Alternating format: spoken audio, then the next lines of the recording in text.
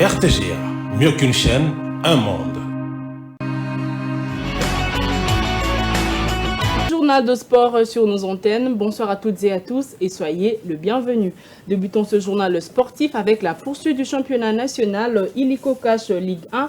Voici donc le résultat de ce mercredi. L'OC Renaissance s'est incliné face à MK sur la note de 2-1. Étoile du Kivu s'est imposé face à l'OC Bukavu sur le score de 3-1. Saint-Luc Blessing, victoire de Saint-Luc sur le score de 1-0. New Sanger a battu Bazano sur le score de 2-0. Don Bosco écrase le tout-puissant Mazembe sur le score de 3-0. Vita Club concède un match nul face à la Rangers après être mené durant toute la première période. Score final, 1 partout.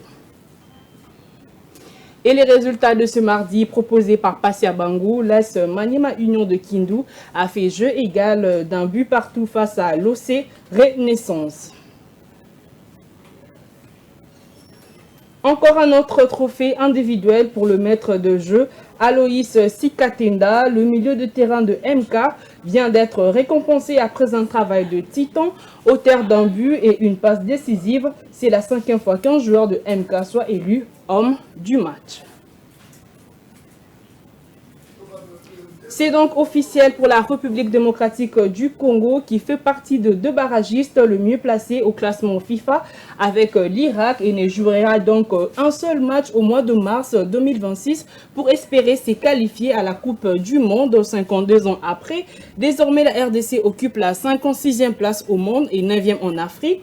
Signalons que c'est ce jeudi 20 novembre que sera effectué le tirage au sort pour connaître le probable adversaire entre le Jamaïque, la Bolivie, Suriname et la Nouvelle-Calédonie du barragiste africain. Interclub de la CAF, de retour sur les projecteurs continentaux, le FC Saint-Éloi à Lupopo a posé ses valises ce mardi 18 novembre en Afrique du Sud, où il affrontera le samedi 22 novembre à Pretoria l'équipe de Mamelodi Sundowns pour la première journée de la phase de groupe. Une entrée en lice très attendue pour le Cheminot, déterminé à marquer leur présence dans la campagne africaine. Suivez.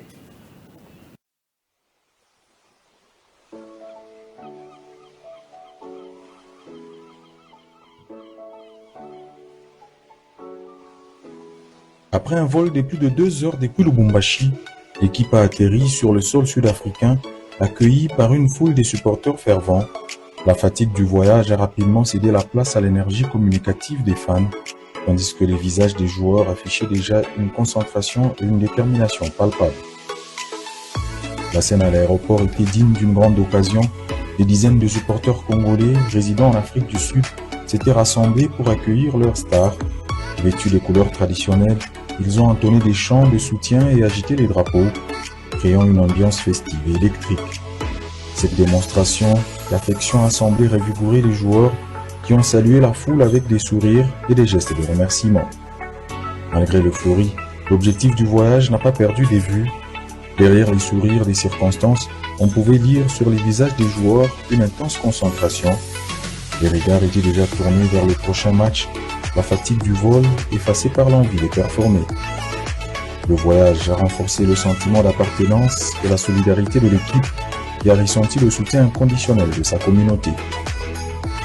L'arrivée en Afrique du Sud marque le début de la prochaine étape pour l'équipe.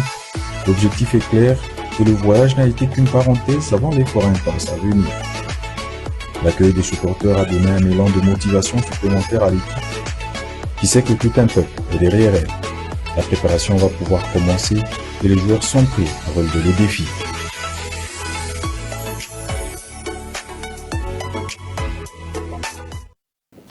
Pour rappel, l'autre représentant congolais, l'AS Maniema Union, jouera à Zam FC ce 23 novembre au stade de Martyrs, comptant pour la première journée de la phase de groupe de la Ligue des champions de la CAF sous le coup de 15 heures.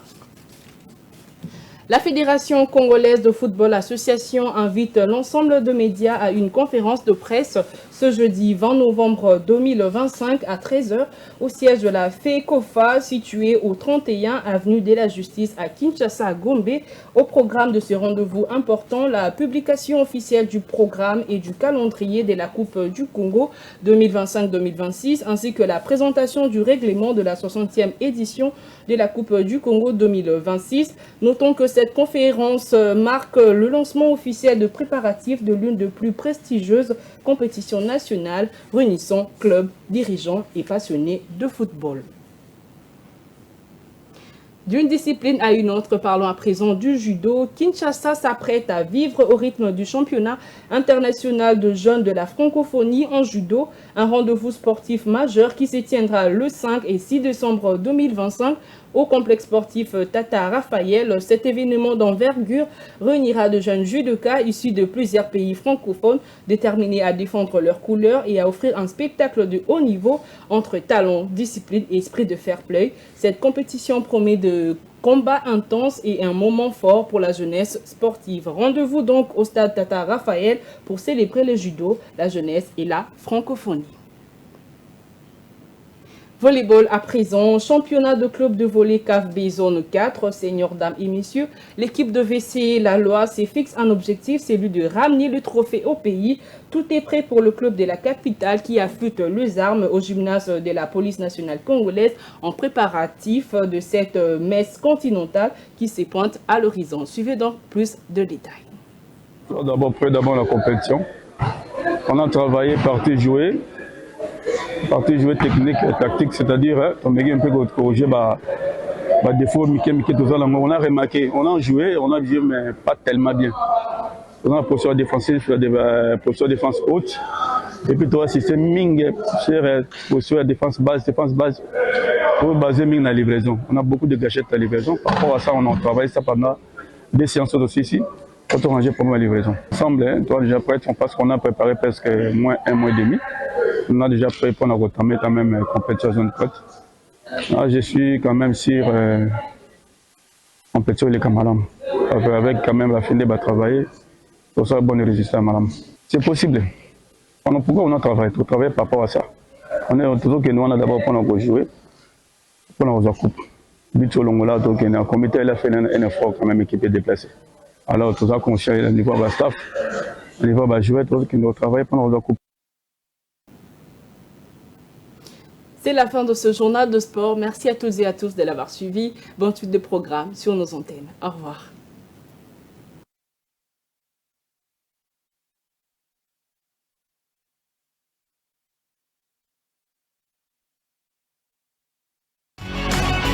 Mieux qu'une chaîne, un monde. RTGA, mieux qu'une chaîne, un monde.